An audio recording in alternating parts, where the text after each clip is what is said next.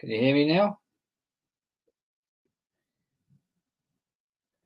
Testing, 1, 2, 3, testing. Can you hear me?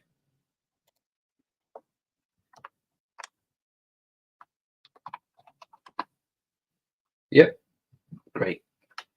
I don't know what the hell is going on here. There he is, Jason. Good, good, good. Yeah, I don't know what hell was happening with this microphone of mine. I'm having to sort of flip between different settings and things to get it going. It's annoying, but there you go. Maybe an upgrade is needed. Yes. Anyway, got my beer, a Corona Extra.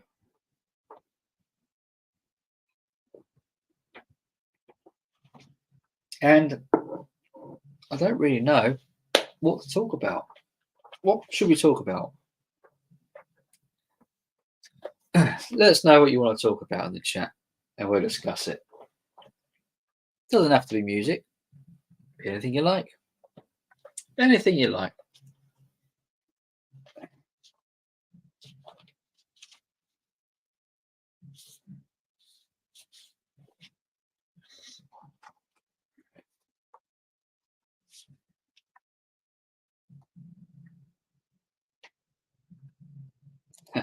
Yeah, probably was. Yeah. It is a bit of an oldie.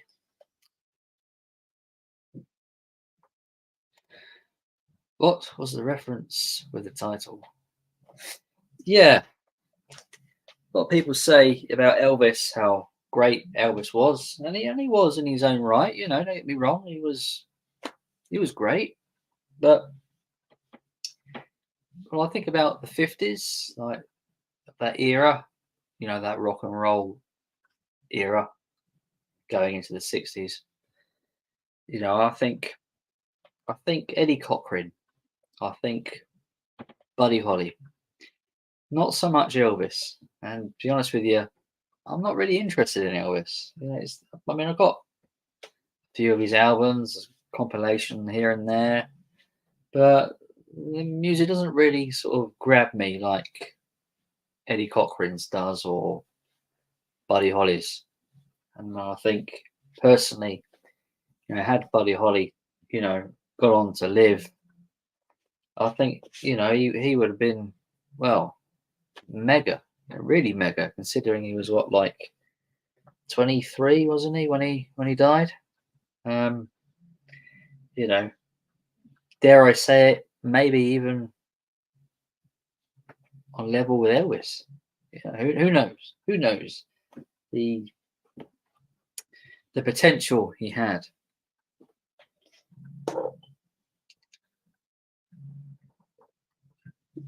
I get fed up a bit, you know, about people, you know, this fascination with Elvis. I was like, meh, he's all right, you know, he's okay. But I prefer other artists of that era.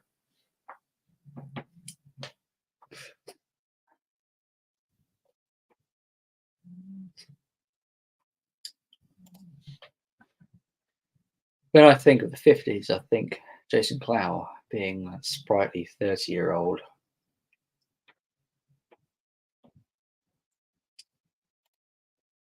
I don't think either are massively comparable personally.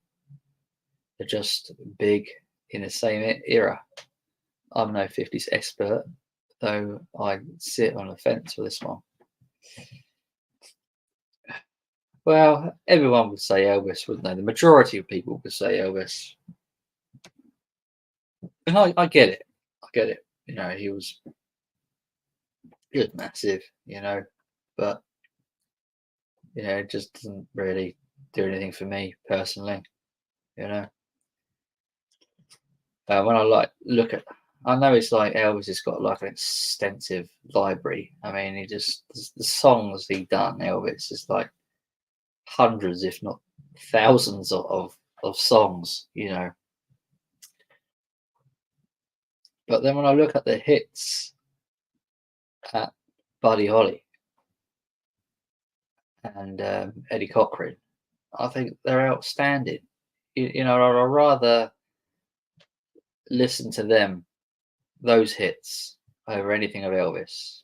I mean, Hound Dog, Blue Suede Shoes, they're good and everything, but it's just not my cup of tea. Not that it's bad, not that I'm saying it's bad, but I just prefer um, Buddies and Eddie Cochran's.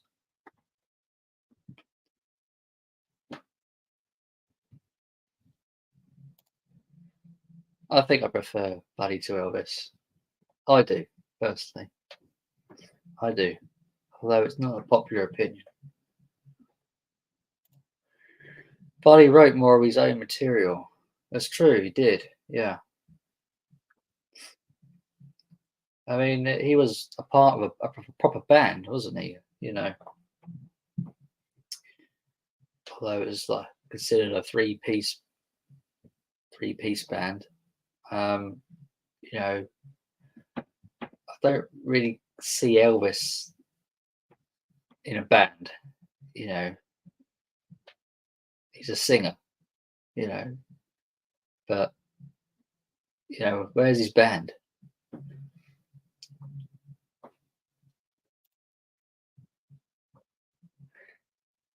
Hi, having parents who loved this music, I had no choice. Don't you like any of the 50s? Surely you must do. And of course, Elvis went on to inspire the Beatles, and a lot of the Beatles' inspiration comes from Elvis Presley, particularly in their early years, of course. Even sort of rolling into the 60s. Elvis was massively popular, but I just prefer Buddy Holly's music. I think, I don't. To me, they don't compare. The brilliance of Buddy Holly, even after his death, he was still massively popular. Even in the UK, he was selling records. Even after he died in the sort of 60s, he still had quite a following. I think in the UK, I'm guessing, maybe a little bit late to the party regarding Buddy Holly. People were still discovering Buddy Holly even when he sort of died, sort of in those early 60s, mid 60s. That's just my thoughts.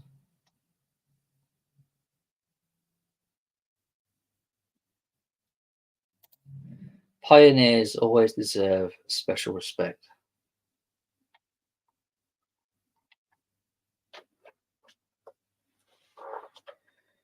He was a pioneer.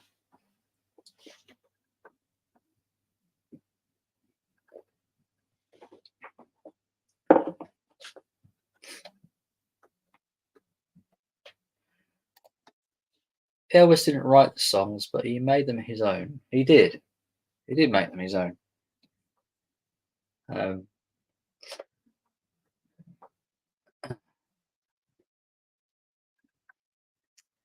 But there comes that thing, doesn't it, where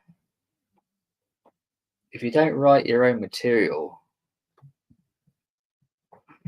it's hard to agree with a certain authenticity that's someone that does.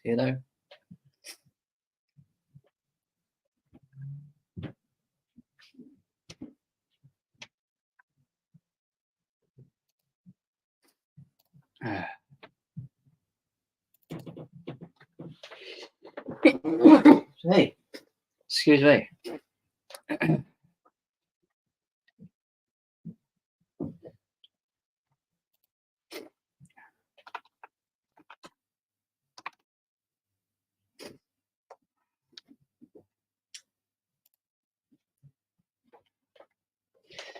I mean, Eddie Cochran.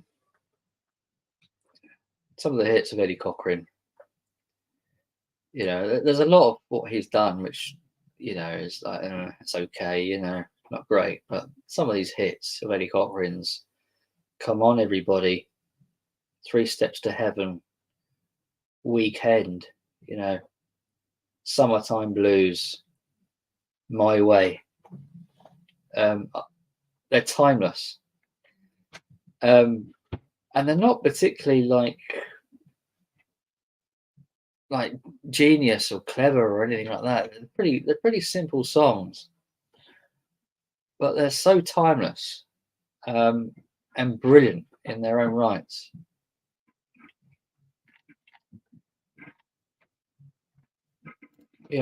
Buddy Holly. I mean, it's song after song after song, isn't it? When it comes to Buddy Holly, brilliant song, brilliant song, brilliant song.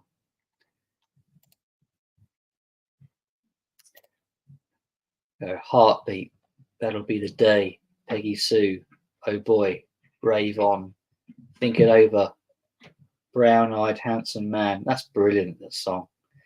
I know they're very rhythm and blues roots, and you can certainly hear it in that song, Brown Eyed Handsome Man. Love's Made a Fool of You, True Love Ways, Raining in My Heart. It's just a lovely song. Every Day, Wishing, It's So Easy, Listen to Me, Doesn't Matter Anymore, Words of Love, I think the Beatles covered.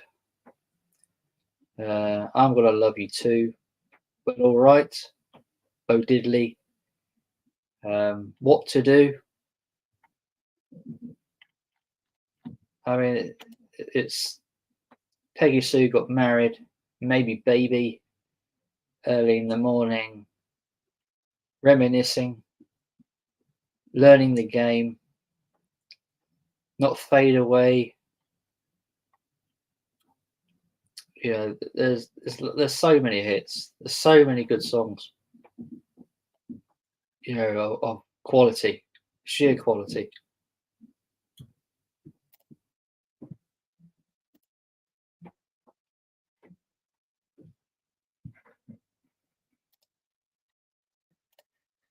Simpler times, simpler songs. They were.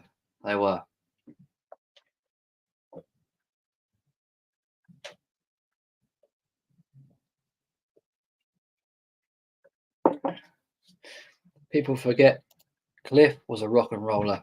They do, yeah. Yeah, he was a rock and roller.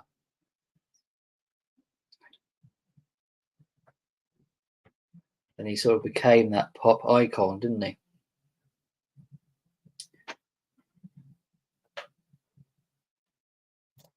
Your favourite is Every Day. Every Day is a lovely song. Mm. It is a really nice song, Every Day.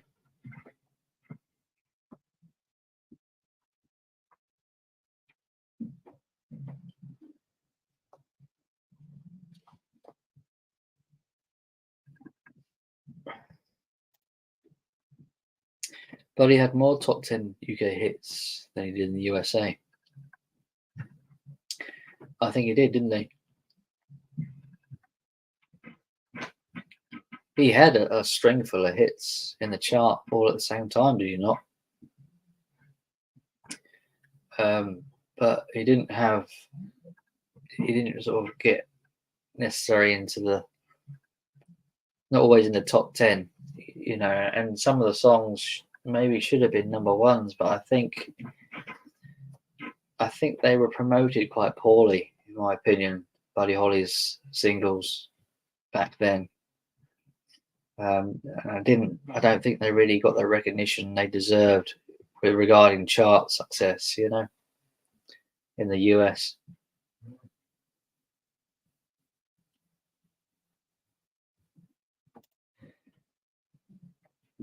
Your dad used to sing that in his group.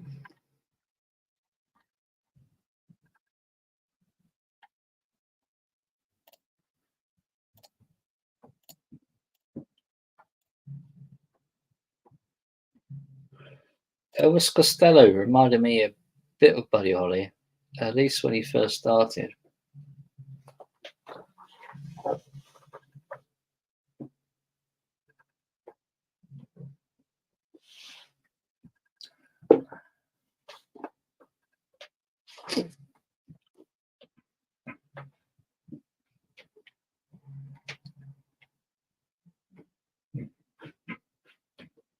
I do like Elvis Costello.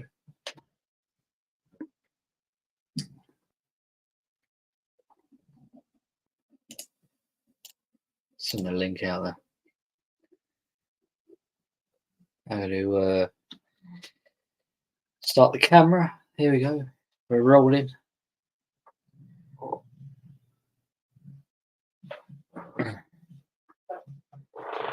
Oh, it's good to sit down, have a beer, and relax.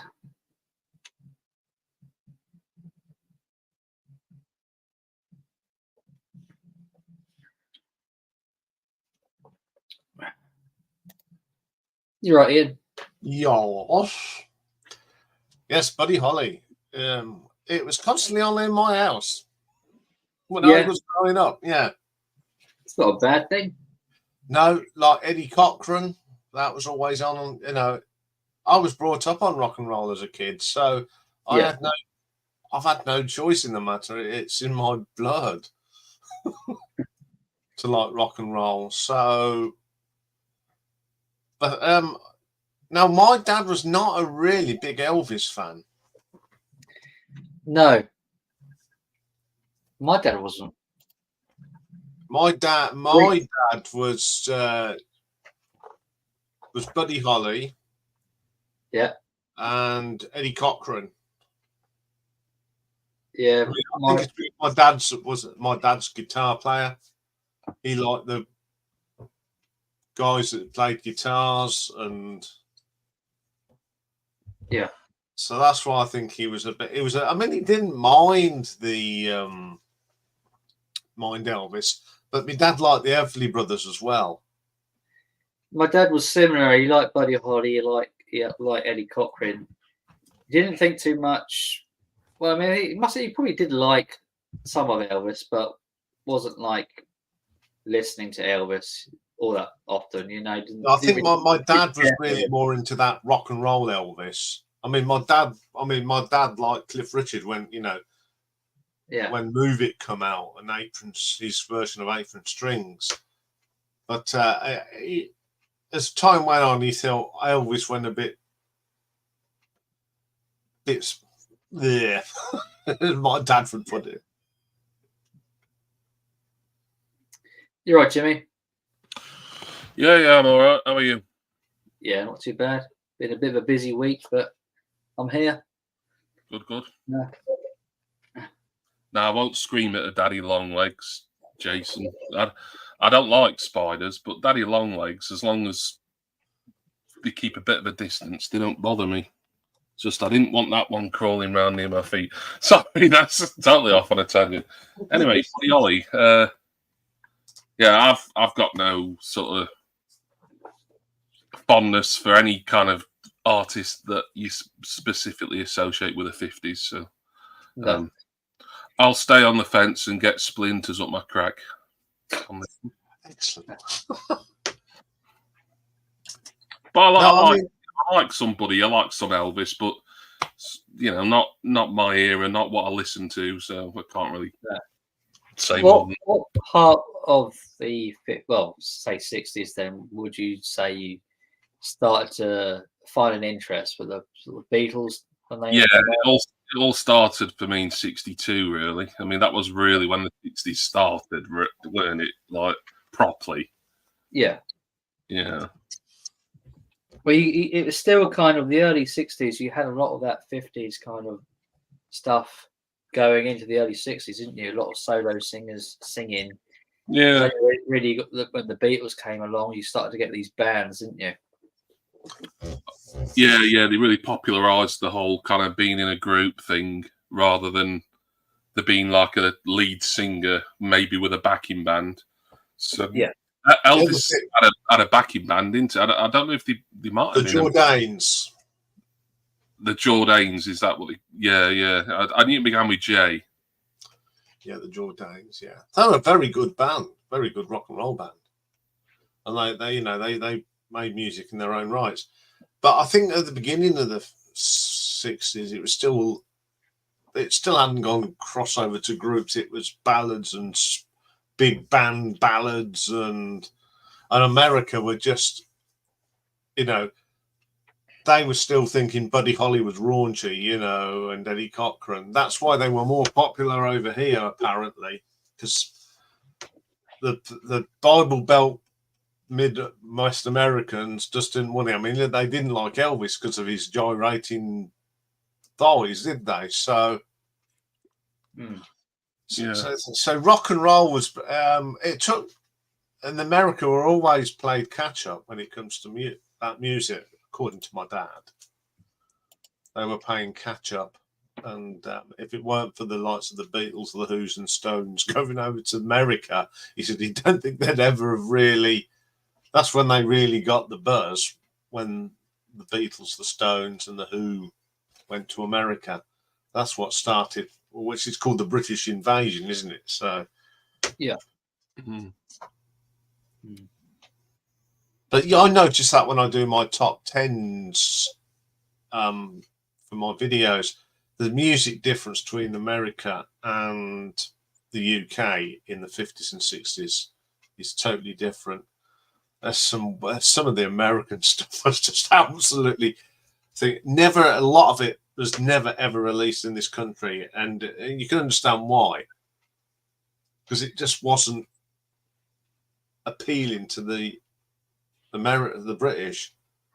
No, well, that wouldn't be appealing to them, though, would it?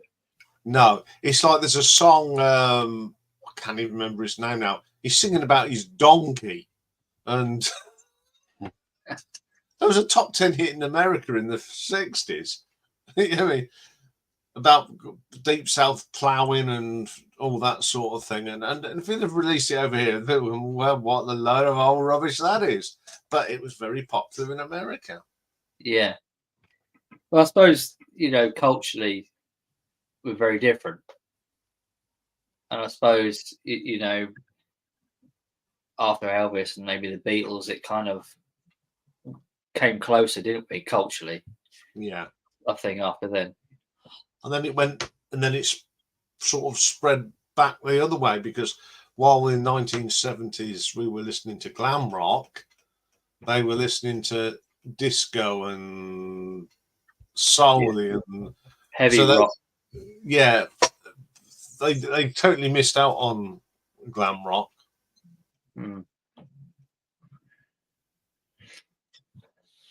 Yeah.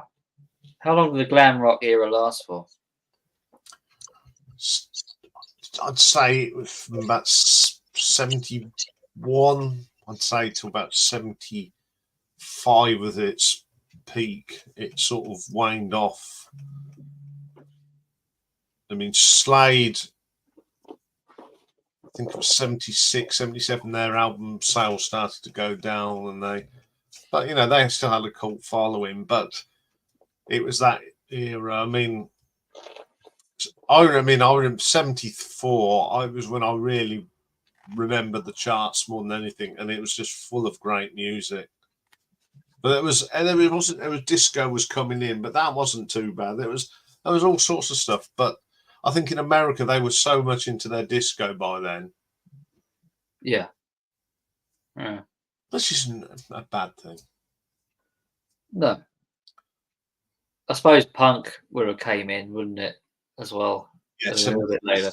76 punk came in, which sort of mixed up the whole of the music industry anyway, didn't it? Because prog was dying, So punk came in. I would have said that punk kind of paved the way for literally everything else, really, didn't it? Yeah. If it weren't for punk, I wouldn't be listening to heavy metal. Yeah, and indie, that kind of stuff. And indie, no, we won't be listening to what we consider great music now, because it all stems Yeah, I mean, everything does stand back to rock and roll. Yeah. I mean, you take AC/DC. I think the late Malcolm Young summed up with that.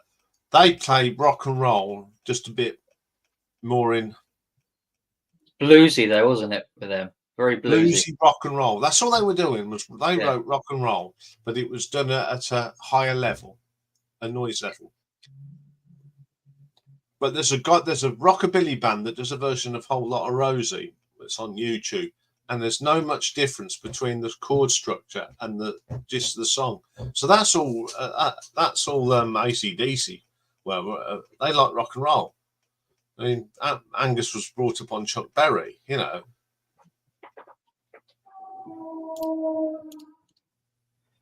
Success of T-Rex had back then in the early 70s reminded of the Beatlemania in many respects. Yeah, Ramon's right. You couldn't put the telly on back in the 70s. I mean, Mark Bolan had his own TV show. That's how popular he was. He had a TV show. He was massively popular. Oh, he was huge. Was he popular in the States, or was it just the UK? No, he didn't have the success in the States, I don't think. No, I didn't think he did. But over here, I mean, they say he invented glam rock. I think Richard would tell you that he was the man that, because of these little, he went on top of the pots with his little bit of glitter under his eye. Who would you say are the 5 best glam rock bands of that era? Oh, it's got to be T-Rex for starters. Slade, The Sweet. Bay City Rollers? No, they were sort of post glam. They're more like a glorified boy band, weren't they? Basically. Yeah. They played great music though. I'd say Roxy Music. Roxy Music. Like that. They were glam to start with. I mean, you take Virginia Plain and their early albums; they're all glam. The way they dressed. I mean, Richard's not here because he would say what made glam was fun. So yeah, I'd say Steve Harley, Cockney Rebel. People say they're not glam, but they were quite glammy as well. I mean, Sparks, their first few albums, they were quite glam rock. Mud. Yeah, Mud. Oh, and Suti Quattro, anything that had Chin and Chapman written on it and produced by Mickey Most.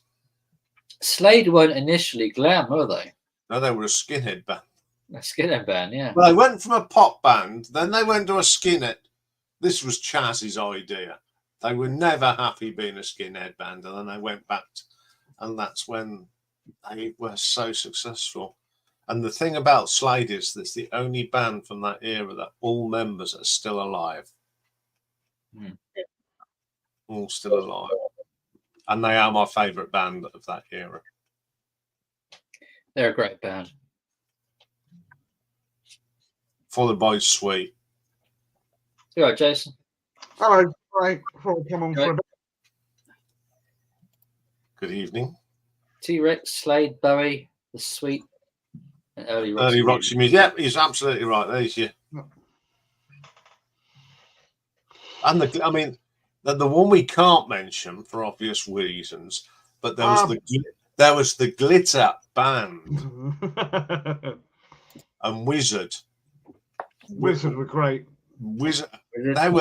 They threw everything, including the kitchen sink, at their music. And if you listen to their Witch's Brew album, it's got everything on it. Rock and roll, it's got trumpets, it's got jazz, but it's all crazy. That was Roy Wood's whole sort of persona, though, wasn't he? He was like this wacky, crazy wizard-like looking individual. Yeah, well, I mean, Dave, it was more than I Wish It Could Be Christmas. I've got a lot of Wizzard. I mean, Witch's Brew's brilliant. It's got the ballpark incident. That's brilliant. And Rock and Roll Winter, which is not a Christmas song. It's a bit weird for me because I didn't really get into what you would call proper music until I was probably about 10, 11. You know, I knew stuff because obviously my folks played it. But I think the first record I actually went and physically bought for myself was Prince Charming or something like that, Adam and the Ants. Well, yeah, my first single was Sweet, Fox on the Run. Yeah. 1974. But, you know, it was before, and it was all like the kids' albums and things like Bugs Bunny Goes to London and the Disney albums and stuff like that, you know. Yeah, I think I got more for proper music because, as I've said at the beginning, you know, I had very influential parents on music.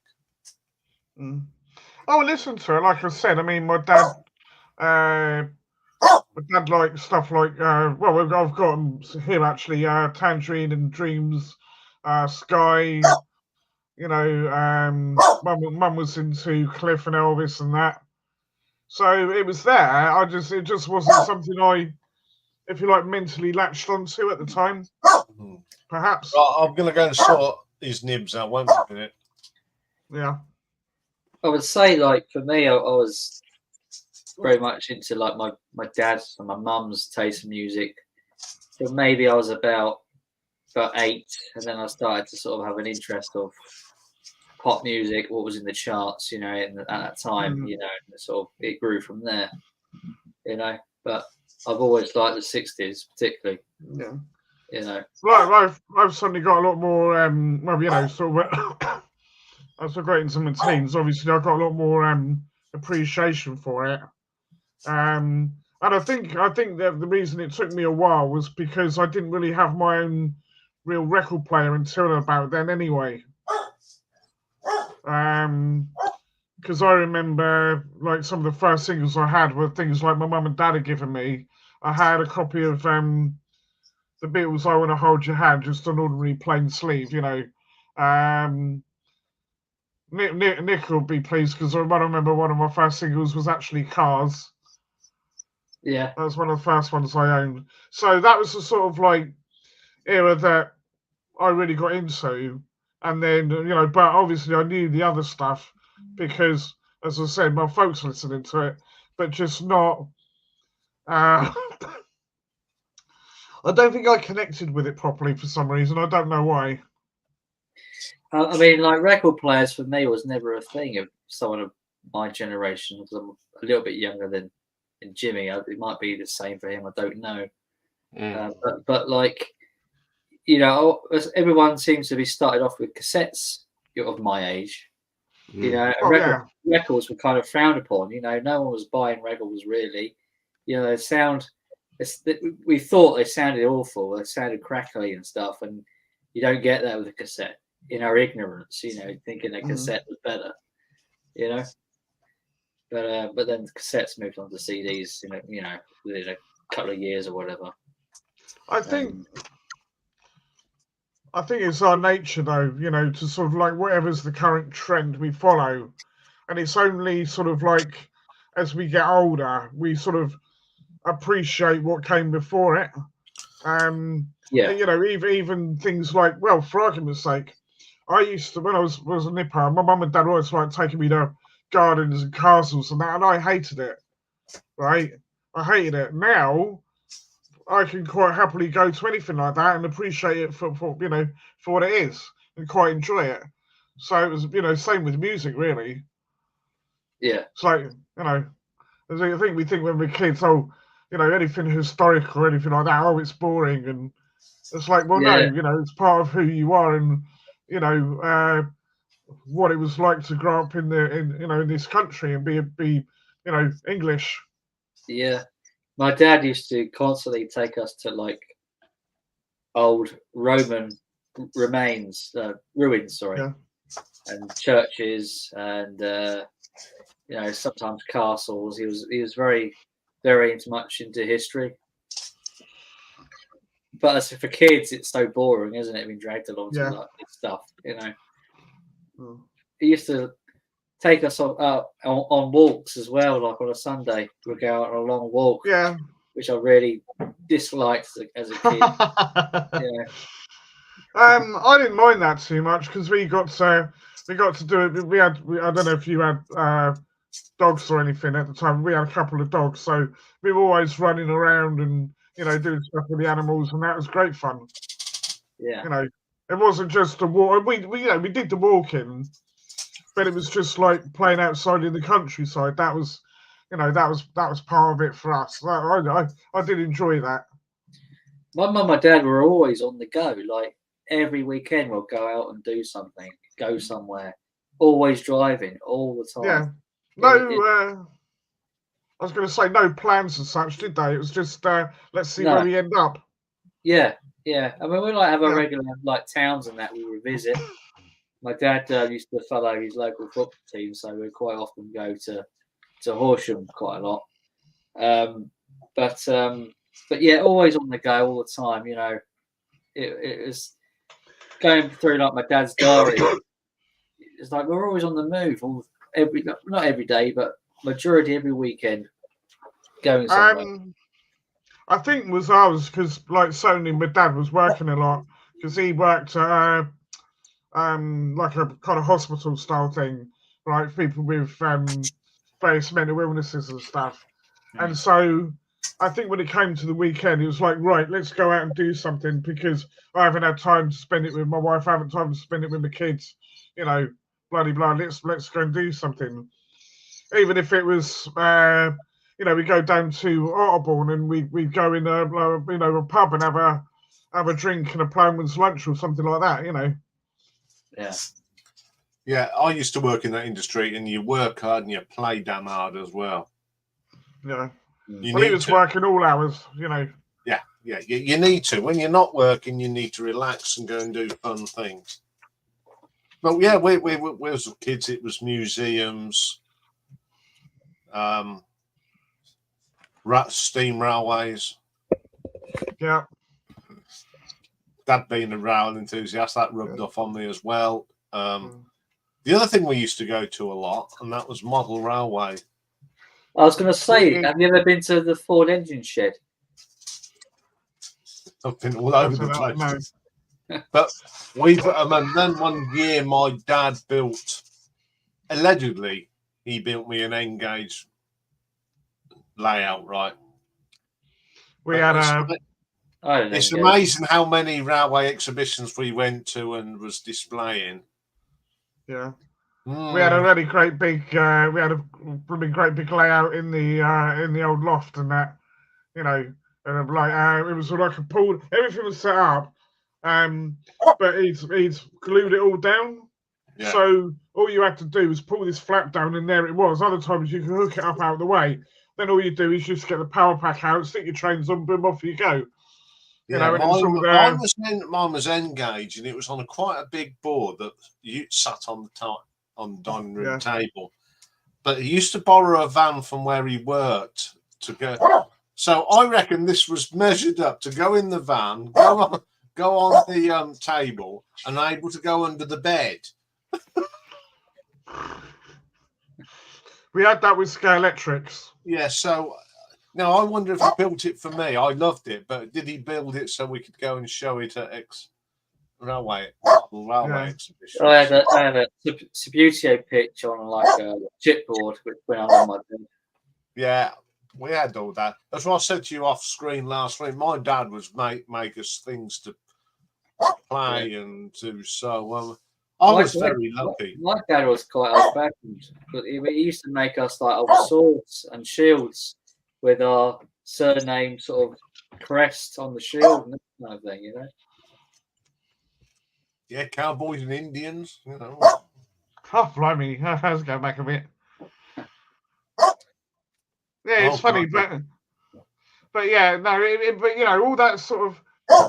all that sort of thing that you said about the historical stuff, I think I've got the same attitude for that now as I do with the music. You appreciate it more. You do.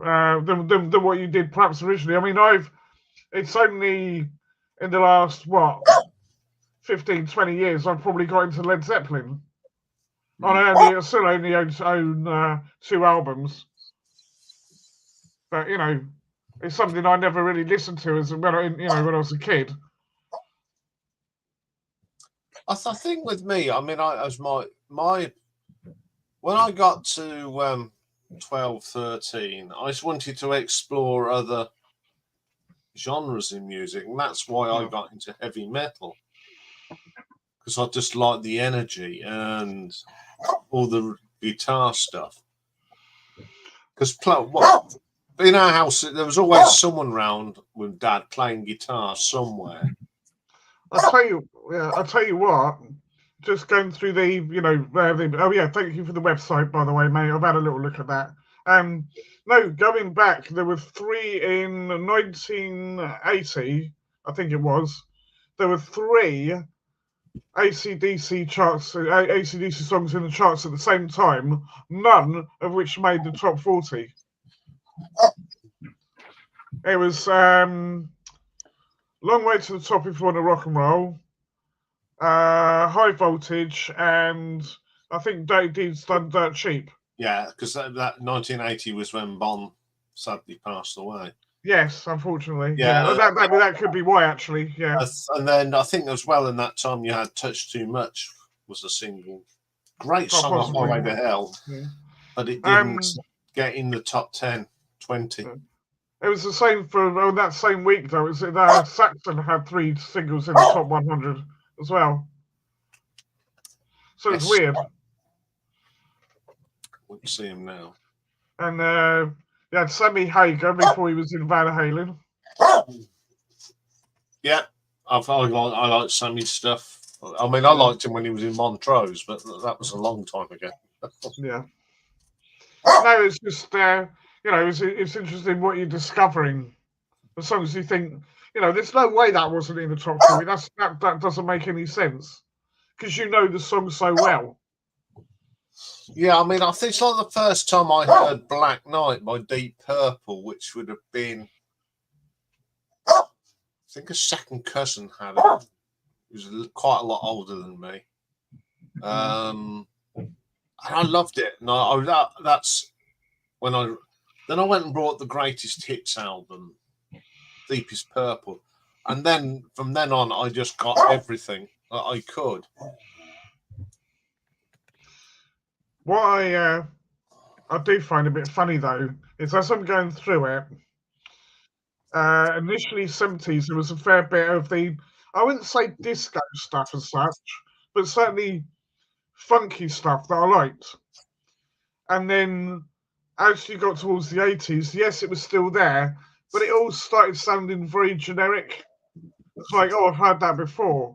That's been done before, and you sort of like, even though I'm listening to it within, say, like a week of each other, it's sort of, you can tell that it was changing,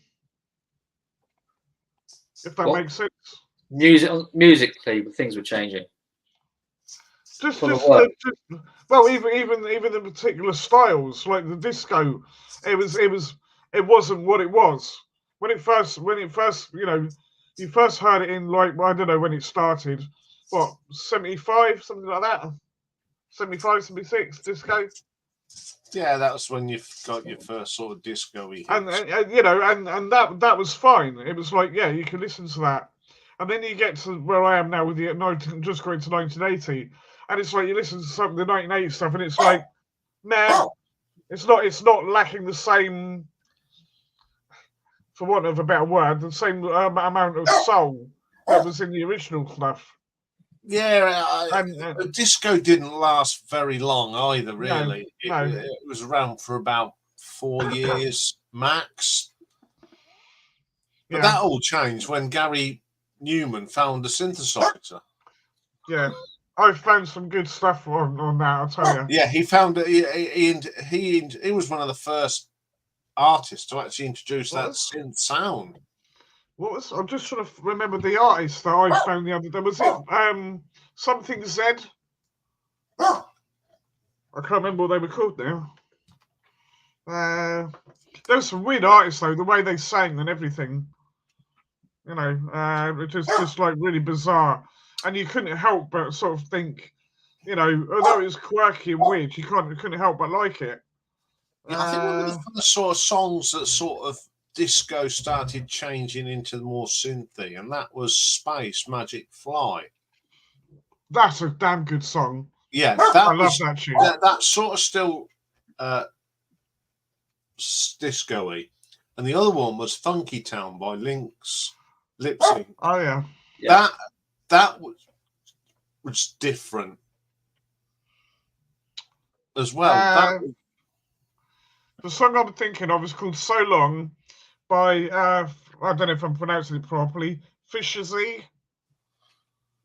But I only got to number 72. But that was like a bit sort of synthy in there, but still had elements of sort of 70s pop in there as well. And I've even found a rap song that I didn't even know about called "Rhythm Talk" by Jocko. Nah, which is I don't even have my head. That is some really strange stuff in there.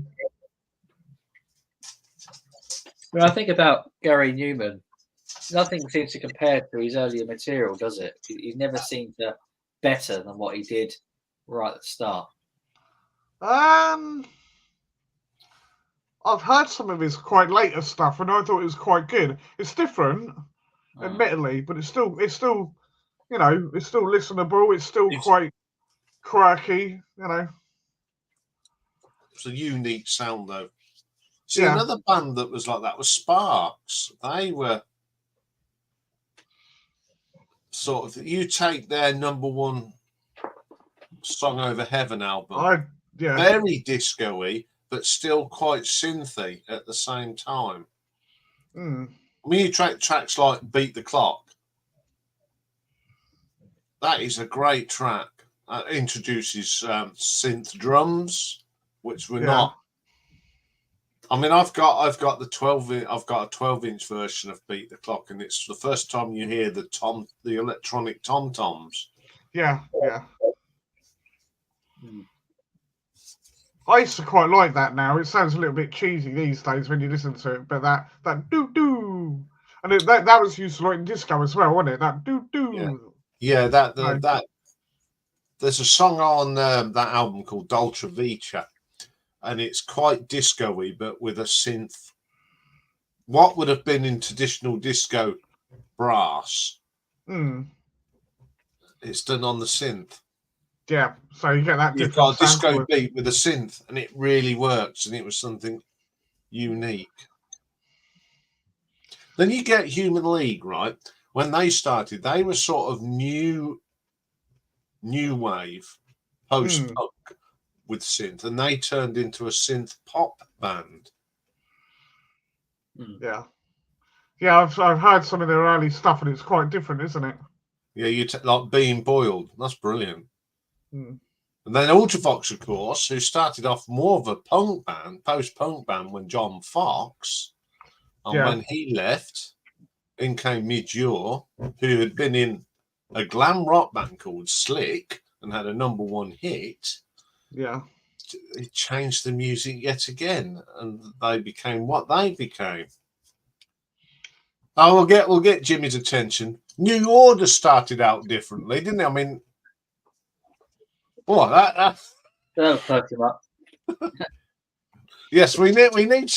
But you've got Joy Division. You want to start? Well, yeah, Joy Division, I should say, started out influenced by, I suppose, people like Iggy Pop, David Bowie to an extent, the Stooges, even New York Dolls, I suppose. But they did have quite an early interest in synthesizers. It was starting to become more prominent on the second album, Closer. But they made sort of a full transition into using electronics a lot. Probably, I would say, it was in 1982, arguably. Although Everything's Gone Green's a pretty electronic track, and that was late 81, I think. So, but they'd have that interest, like Bernard Sumner would. he'd buy these magazines that had a little bit a kit every week or every month or whatever it was, and build his own synthesizer. Which I'd love to do something like that, but I ain't got the coordination for anything like that.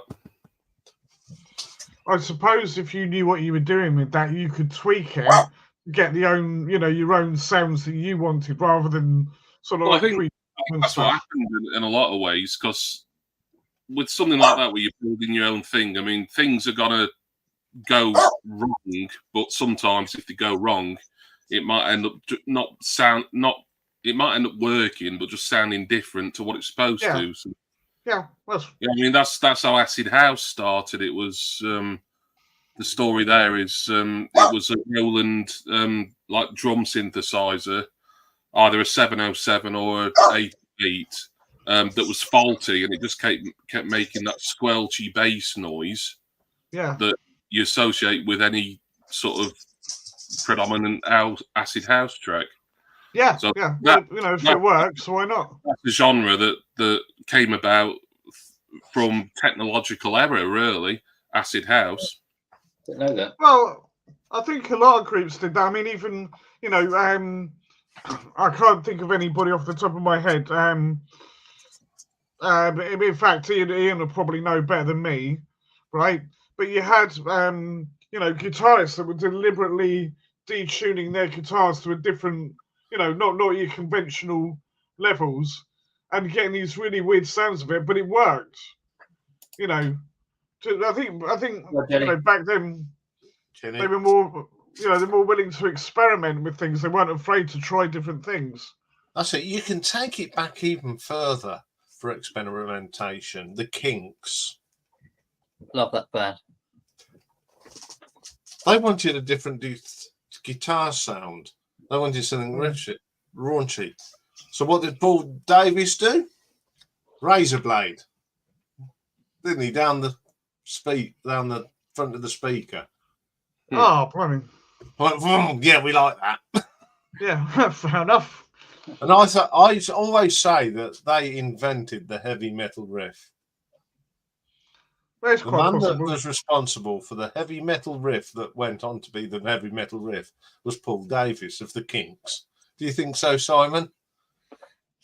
I think so, yeah. I think about the distorted guitar. He was the pioneer. Yeah. But yeah, anyway, so Jimmy was saying about with the keyboards, you're changing the stuff on the keyboards to get these weird sounds out of it that you wouldn't get otherwise. Mm-hmm. I love that stuff. Trying something in new. Heavy metal, we had the synth guitar. Yep.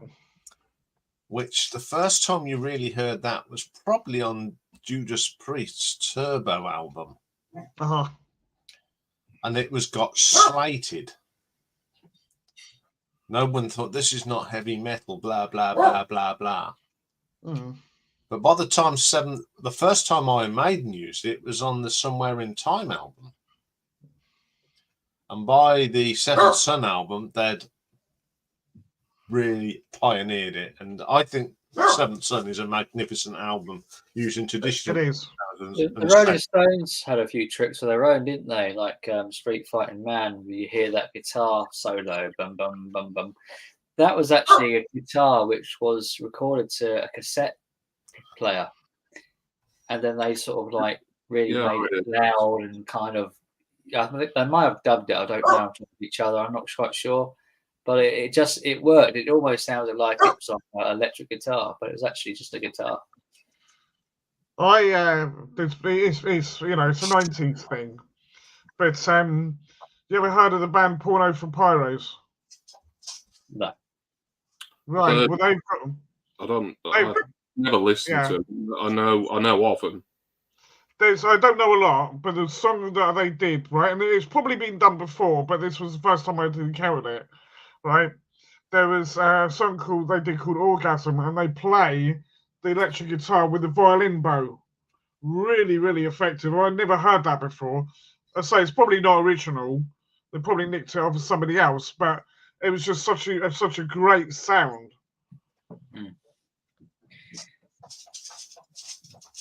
I'm just trying to think who else would have done it beforehand.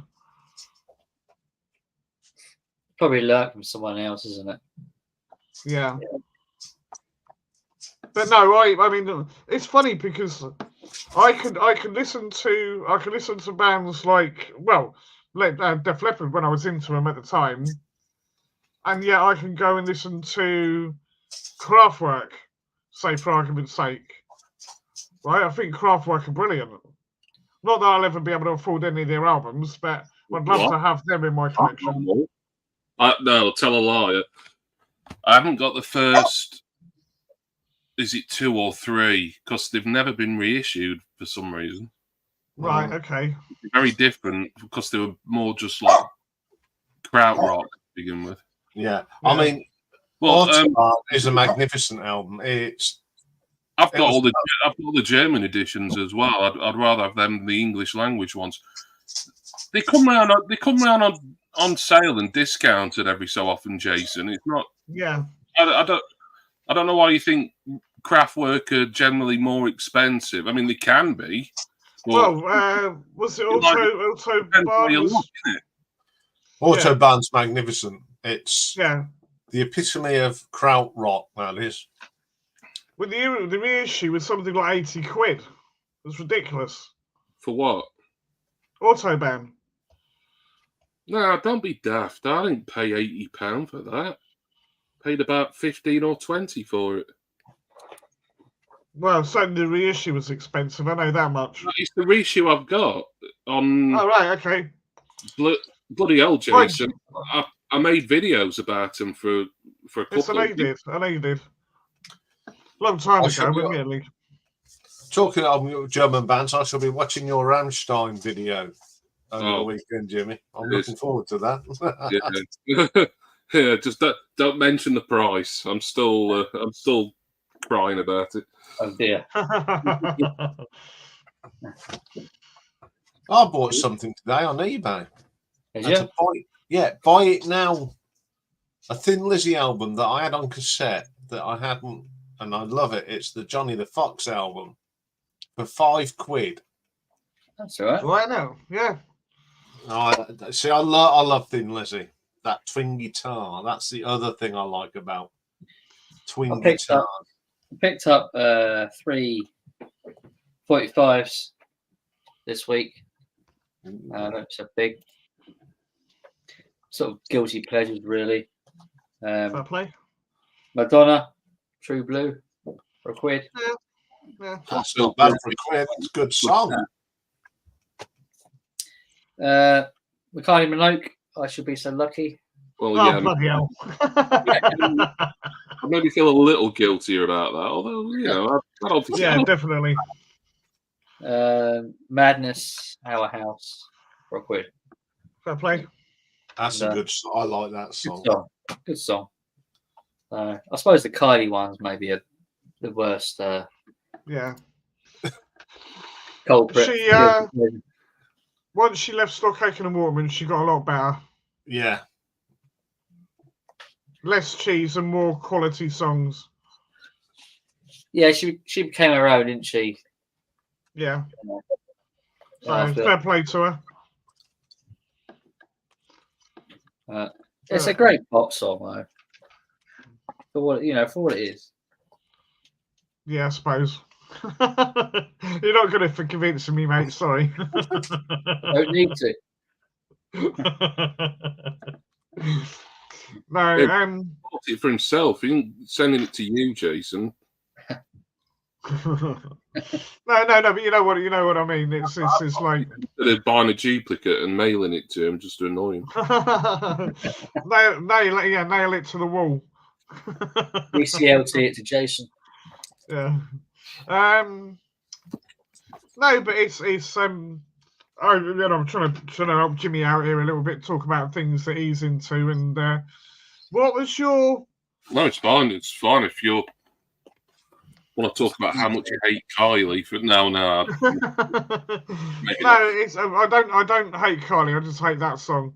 No, but it was saying about music that, I mean, again, back in the 80s, like you listen to some of the stuff that was out there, and it was so sort of off the it's cool, yeah, off the wall, wasn't it? Walking with Whisker Louise. Oh, that's a great. I love that song. That's the B-side. Stephen Schnee was asking. Yeah, but no, I like music that wasn't afraid to experiment. I think that's why I like a lot of the 80s and 90s house music, because they were just trying different stuff. I know Ian doesn't particularly like the idea of ripping off other people's songs, but I loved it when bands would just come along and go, oh, we'll have a bit of this, we'll have a bit of that, we'll play with the sounds, because I can't make music, right? I learned the guitar a little bit, and I can play the keyboard a little bit, but very little. So anybody that could take a sound and change it and do something new with it, and you kind of got that what's the word? It was almost like a nostalgic thing, because you'd heard it in somewhere other song and you were trying to figure out where you'd heard it. And I love that. Work. I mean, the sampling at the Madonna when she used a bit of "Gimme Gimme a Man After Midnight," that worked. Yeah, I didn't mind that. That wasn't too bad, but I think the worst one was Atomic Kitten when they sampled "Last Train to London," ELO, which is absolutely sacrilege. Well, I did much care for the Sugar Babes ripping off David Bowie, but there you are. And then Vanilla Ice went and ripped off Under Pressure, Yeah. Yeah, he's trying to justify it, wasn't he, in an interview, that they put a little tish in there. That was it. But certain members of a certain band and a certain megastar went, "Oi!" Yeah. Can we have our sixpenneth, please? Thank you very much. No, I mean, if there's been a lot of the hoo-ha with copyright and that, and I get why the artists were like, oh well, we don't, you should have asked us first, sort of thing. I get that, right? And credit should be given, where it's due. So, but from like me, like in De La Soul with the Turtles, right?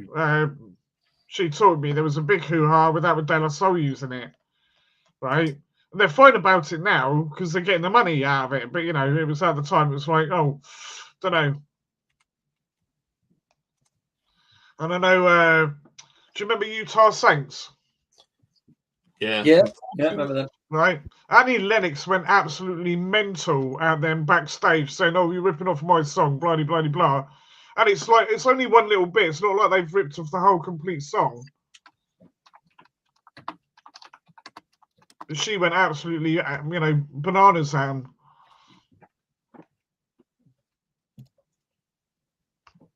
Yeah, there's one artist that actually tried to be done for nicking a riff, and guess what? It was a riff that he wrote, and that was John Fogerty. Yeah. I'm trying to think what song it was. But he ripped off. There's a riff, I think, on his Centerfold album that is actually one of it, a Creedence Clearwater Revival song, and that the record company, because it was too different, took him to court, and he says, "Well, considering I wrote the damn thing, I can use it as much as I want. Thank you very much." Yeah. Tom Petty was pretty relaxed about other people copying him, wasn't he? He didn't seem to be bothered about it. Nah, he was so laid back. He was, wasn't he? Yeah. Well, you got Oasis, haven't you, with some of their opening riffs and stuff were taken from classic 70s songs. Yeah, at least when they first started. Yeah.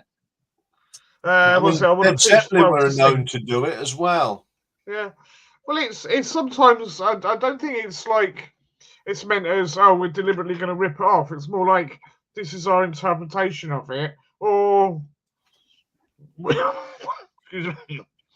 want to pay, homage to the original. They're doing it because they like, it's not like oh, we're just going to blatantly do it. It's like, no, we like the song. That's why we're doing it. Well, they wanted a rock, didn't they? That's the only kind of sound they picked up on, as well as others. But that one worked, didn't it? Yeah, there's a little dodgy song on the Bon Jovi debut album that's called "Shot Through the Heart." There's a guitar solo on that sounds very much like Highway Star, Deep Purple. Yeah. Thing is, there's only so many notes, isn't there, and only so many ways of playing something. So unless someone suddenly comes up with a brand new instrument we've never seen before, yeah, there's nothing wrong in taking bits. And I think there's a bit in another Deep Purple song. I think what one it is. It's on the Perfect Strangers album. Nobody's Home. There's a little bit of guitar that Richie actually nicked a bit of Land of Hope and Glory. Would you agree that the best music has been written already? It's been created. It's been done. I don't know. That's a weird one. That. I don't know. I mean, you listen to what's around now. Will they be still talking about it in 40, 50 years' time? Probably not. No. The decades seem to be sort of declining a bit, don't they? Like from the 90s onwards, it's like taking a bit of a... No, you have to rely on the old, what people say, dinosaurs to come up with quality music still. Yeah.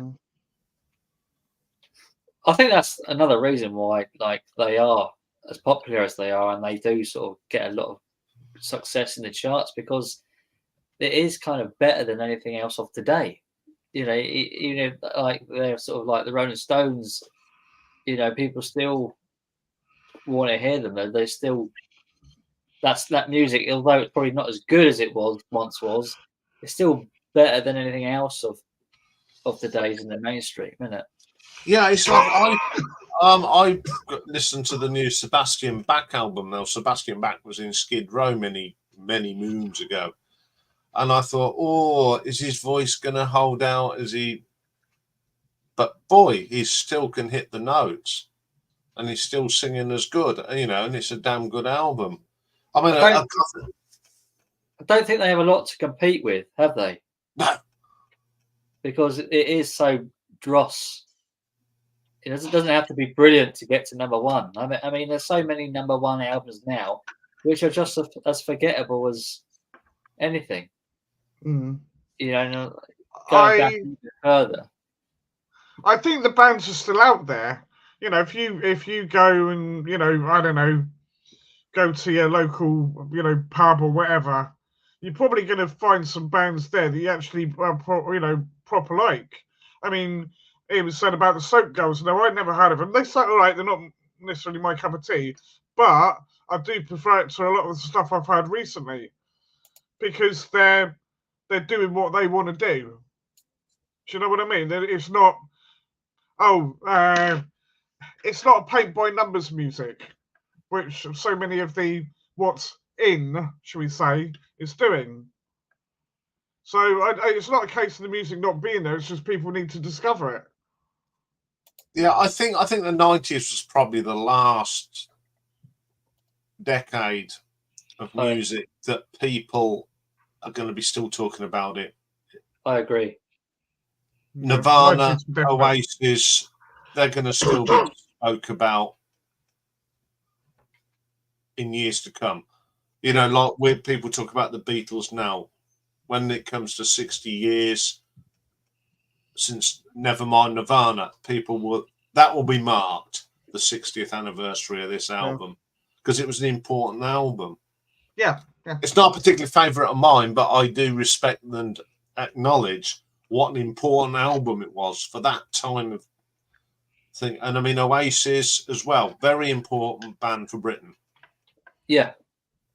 And a lot of the bands that I like of the 2000s, I don't think will even be spoken about, in the next 20 to 30 years. Feeder, Stereophonics. No. Snow Patrol, stuff like that.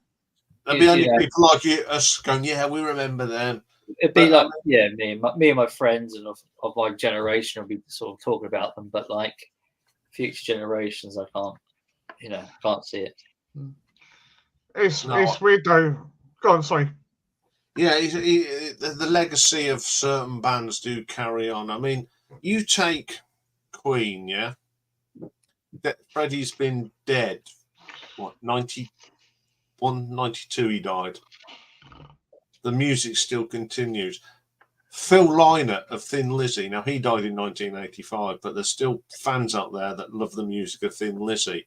I can't see any of this new generation having that impact if they sadly pass away. No. I don't think there's anyone, well, maybe apart from Taylor Swift, who has a big enough legacy to compare to other artists. I think I think Miley Cyrus will never go away. I think she'll develop more. And she's sort of, her and Taylor Swift are going into that. I mean, they're definitely into country. Miley Cyrus is going down that route as well now. And I think they'll be still singing into their 60s. Possibly. Without a doubt. They are proper singers, and they're properly established, aren't they? Yeah. The thing is, it's funny. I think it also depends on what country you're thinking of as well with certain bands, because there are bands that I know that, yeah, they're not so popular in this country anymore, but in other part of the world they're still selling shed loads of records. I think it's just tastes and what have you. I know I'll probably get scowled at again for mentioning this band because I always mention them, but Skunk are massive. They're still massive in Italy and Spain. So who's to say? I see bands like Judas Priest. They're picking up new fans, even now. The younger generation is. You look at some of the concerts they've been doing. I mean, it's their 60th anniversary tour, which is amazing. They're just the youngsters are in them gigs. I mean, Metallica as well. They're a band that will never. Iron Maiden, I think, would be considered. Oh, they will always be remembered. Yeah. I mean, you think of all the tribute bands. Yeah. I mean, there's the Iron Maidens, the all-female. They release a new album and they get like a whole new generation of fans, don't they? Yeah, they do. The like one album. Yes. Okay, they've changed since when I really started getting into them, and I'm not a bigger fan of their later stuff, but they're still there. I've seen them so many times. And they are legends. I mean, Deep Purple are coming to the end of their thing. It's a shame, but this is a band that had 2 lives. And I always remember when I heard that Deep Purple were getting back together. I think it was the best news I'd ever heard. Yeah, but I'm always wary of that. Oh, I wasn't. Yeah. It didn't take long for the old wounds to appear, but. We was all half expecting that, but fair play to them, and they will always be legends. The Who will always be legends. Yeah. You see what? Like you take. Let's go back to the Beatles. Over here, they're not so much legends now, are they? Beatles. Yeah. No, really. I wouldn't say that. I think people love their music still, but yeah. I think there's probably less fanboys over here than other countries. Yeah. Like really obsessed fans. Yeah. I'm not saying that there isn't any, but I think they're kind of loved more, I think, in the US the Beatles. Possibly. In a way. Yeah. I mean, I don't think that's they're ever going to be forgotten because I mean the way they changed the music, full stop. Certainly over in this country, and and the fact that they were so successful in America because they were massive. There's not many bands you can say now that probably do that.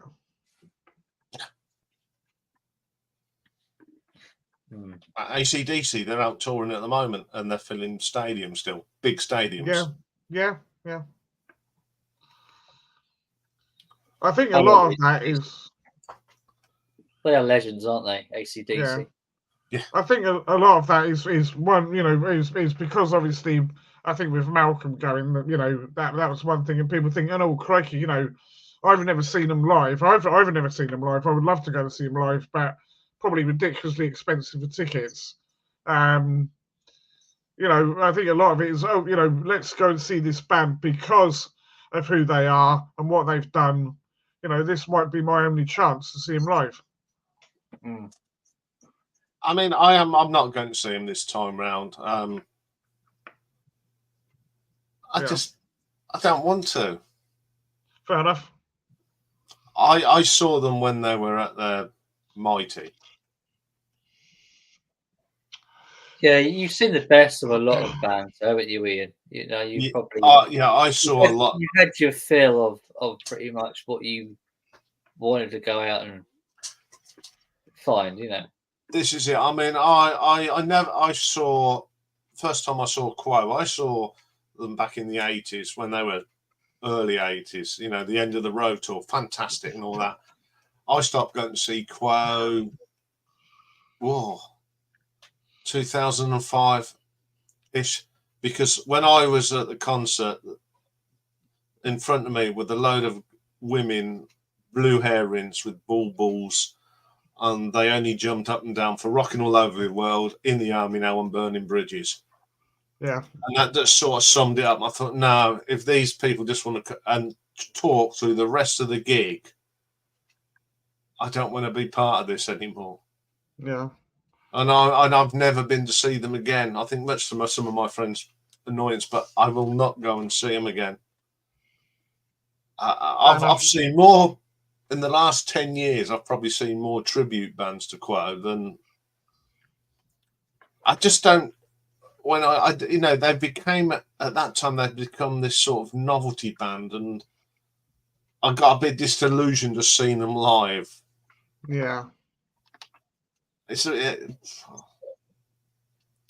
don't know. It's a real strange one. I know there's people like that. I mean, I love Quo, and I will always love Quo. But yeah, I think of my favourites. The only one I'm not too worried about seeing again is Feeder. I do still like him a lot, but Grant got a bit pretentious. Right, I'm sorry to say. Feeder. Yeah. And it was when you go and see a band, yes, you want it's good to hear the new stuff, right? And I get that that's why they're touring. But there was I can't remember what gig it was now, but there was a gig that I know a friend of mine went to, and people like we go in there to hear the classics, right? Stuff like Buck Rogers, Just a Day, 7 Days in the Sun, all that sort of thing, right? And he seemed very, very reluctant to want to play any of them. And it's like, well, you've got okay, by all means, do the new stuff. That's fine, but remember what a lot of people loved you for, why they came to see you in the first place. Do you know what I mean?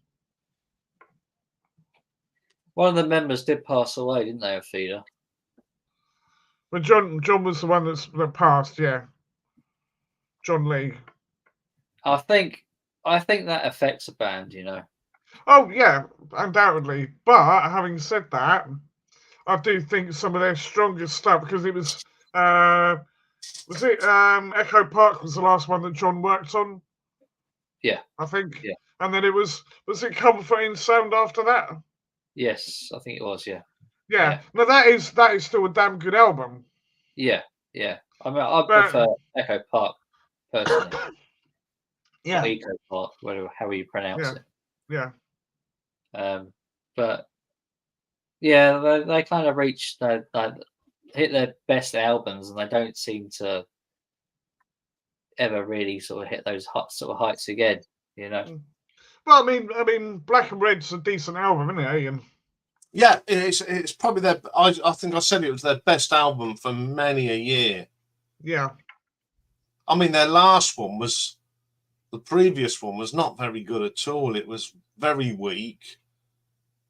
Can be hit and miss, can't they? Like. Yeah, it was. I think they were over trying it. They were over trying to be relevant, but it didn't work for them. The Black and Red album, they just went back to basics. Yeah. Another band that do that is Muse.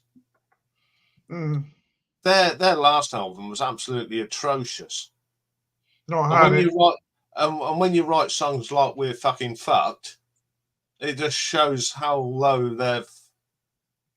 they've gone. This is a band that started off with 2-3 excellent albums, and they've just gone downhill and pretentious.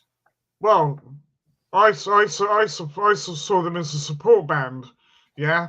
And I think it was that very week I went out and brought. I can't even think what the name of the first album was called now. Showbiz. Showbiz is brilliant. Yeah, great album. Love it. Yes. Yeah, it's a good album. Origins of Symmetry, brilliant. Yeah. Showbiz is better, I think. Yeah, I love Cave on that. That's brilliant. Yeah, that's a good tune. Yeah. You're getting a bit of heat, Jimmy, in the chat here. Yeah. Genitalia, I know more than what you think. Eh? We're not stupid. We know what's going on. All I can say to you, go back over there and do what you want and go and crawl up her, not round here, thank you. I don't know what's happened. I don't know what's been said on the streams. I'll tell you what it is, because our good friend Jimmy had a talk behind backs. They didn't like it because they didn't know what went on, and that's all it boils down to. I explained what happened to you two, certainly. Yeah, I know. Well, we know what's happened. So you if you don't know what you're talking about, shut up. I don't owe anyone else an explanation, least of all that cunt known as Pumping Vinyl, who's just decided to come in. There's no poll tonight to ruin William. But I'm sure Rachel will be on tomorrow if you want to go and make an absolute tit of yourself again.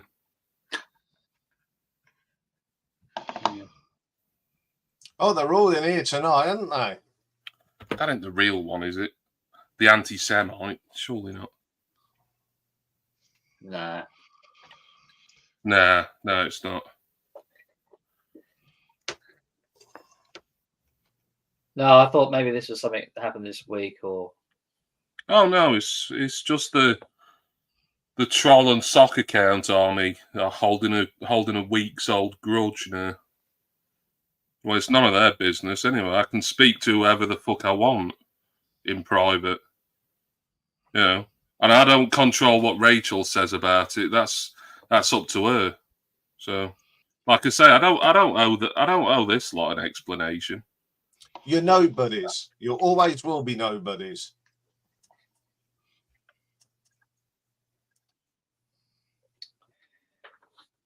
You think you're something, but you're nothing. And I can tell you what, you may be fat, she may be fancy you, but you go wrong and you'll be dumped like a.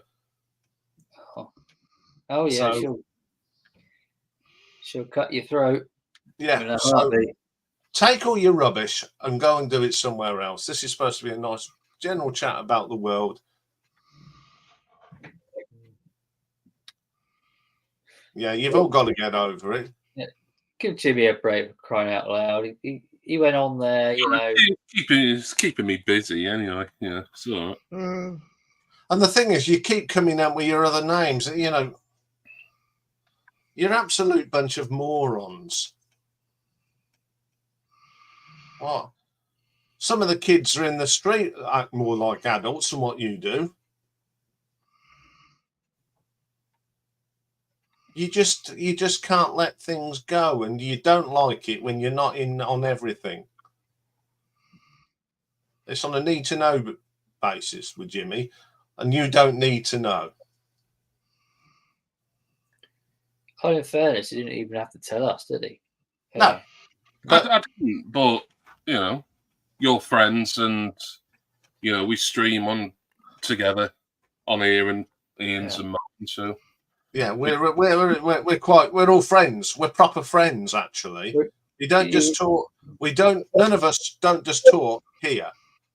What you've seen on the screen, you've seen on the screen. You've only got a bit of the picture. We've got the full picture. We've got the whole conversation, you know, behind the scenes. So there's a lot more said than what's gone on stream. Believe me. So. All I will say is this: I don't have a clue what's going on. I don't want to know. But all I will say is that I mean, I've known Jimmy for a long time. Always considered him a mate, and both Ian and Simon have made me feel incredibly welcome here. For you know, a half-blind little hobbit, I think that says a lot, really. So you know. What I mean by real friends is we actually talk, not on. We've all got our private numbers and private ways to communicate.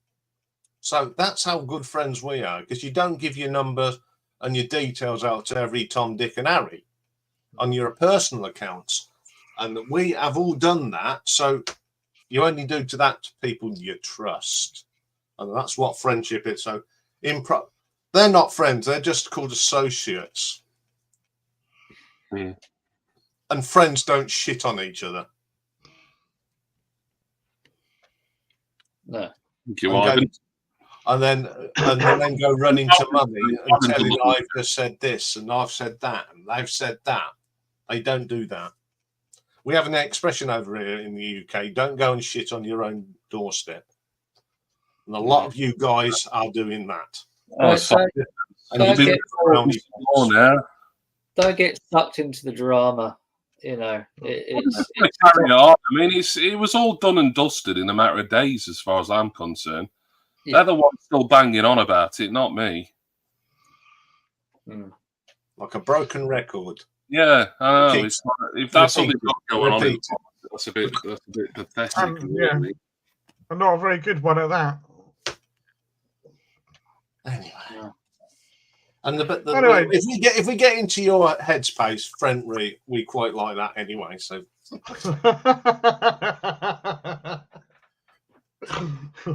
we certainly have made our mark, Jimmy, haven't we?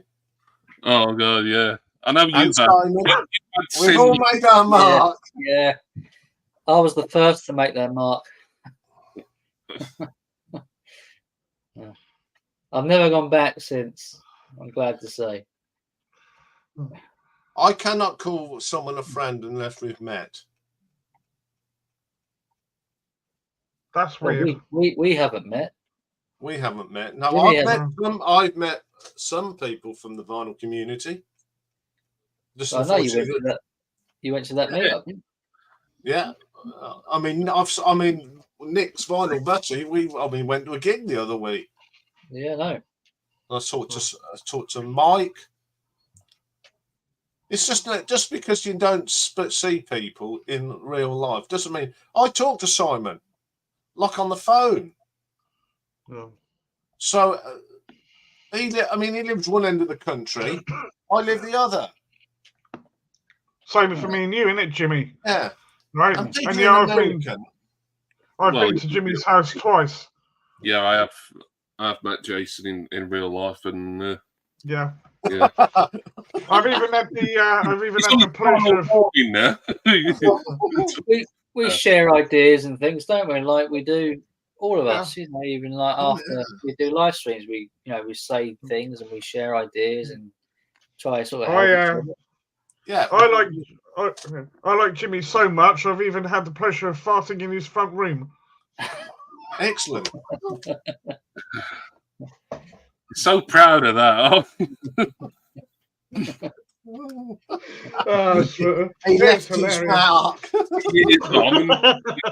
Brings it up like, oh, yeah, remember what I did on your sofa? Yes, Jason. At least I didn't do it in front of your mum. Well, no. Small mercies, I suppose. There you go. Anyway, you can tell how much Jimmy likes me. He's got a big giant head of me there. Well, yeah, I explained that the other day. That just makes me look crazy, but oh well. But you know, if I would buy something on California and then I don't want to transport it all the way down to London, then you know. Yeah. I'm not going to bin it. Put it that way. You know, it's just cost you enough, didn't it? Well, it wasn't that expensive, to be honest. It was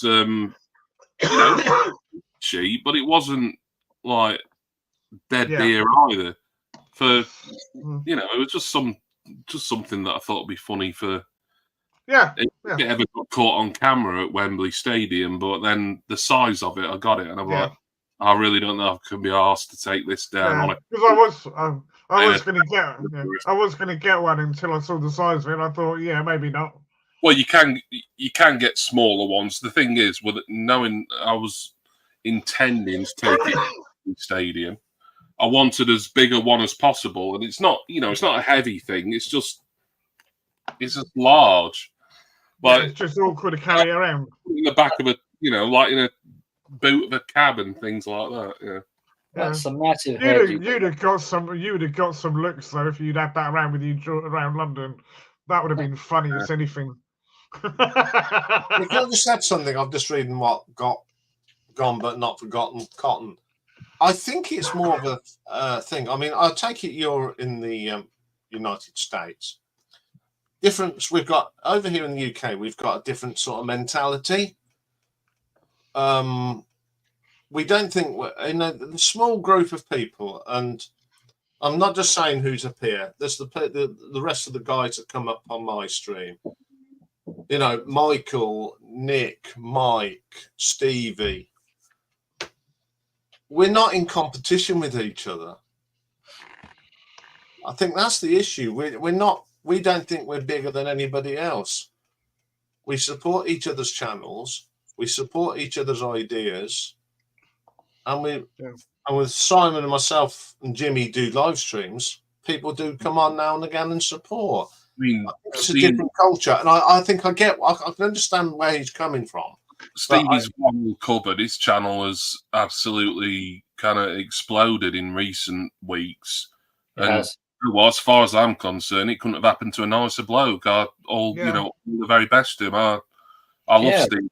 I think he's great, and I talk. He's someone who I talk to privately as well, and anyone who's jealous of that, what's the point? What's the point in being jealous? Envy is as useless an emotion as any of them, really.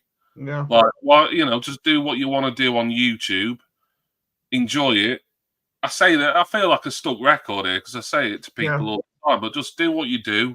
If you get a real good hit on your hands, then great, but don't feel bad or feel envious or jealous of other people if you haven't, and if they have, Well, the stupid thing about it is that, I think we all know this. Your video, right, can vary considerably in the amount of attention it gets, right? And that's nothing to do with. Well, it's just what people prefer, isn't it? It's like I like this topic, but I don't like that topic. It's like anything else. So you can't expect every single video that you release that's going to do brilliantly. I've got one that the last one I did has got a little while back. It's got 12 views. You know, it's like, well, okay, fair enough. Only 12 people liked it. You know, it is what it is. Do the next one, carry on. Don't worry about it. Yeah. And you get jealous of other people, you're never going to get anywhere because you're just going to try and compete with people. No, you're not. There's a certain channel, and I'm not going to mention what it is, who they are specifically, because it's, even though I think this channel would appreciate the publicity, but it just seems the wrong kind of forum or context to do it. But the amount of work this person puts into his channel is absolutely crazy. I think Ian might have a clue who I'm referring to, but by contrast to the amount of content he puts out and the amount of time he spends on it, his views he's just not catching the fabled algorithm. And I'll hold my hands up. I'll be the first one to say I don't really understand that. I don't even like people saying the word algorithm in videos because it's a bit cringeworthy, really, for me.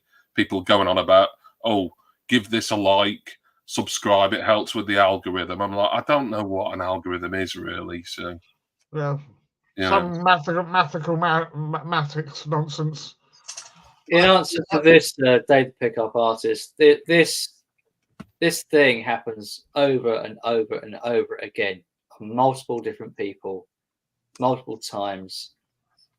It's a repeating pattern, which just happens over and over again. Yeah, the last I knew about the Rennie Kerman thing was that he was being re-wrenched, similar to how I was a week or so prior, but he's not yet, apart from when he came up briefly to sort of do like a public apology sort of thing.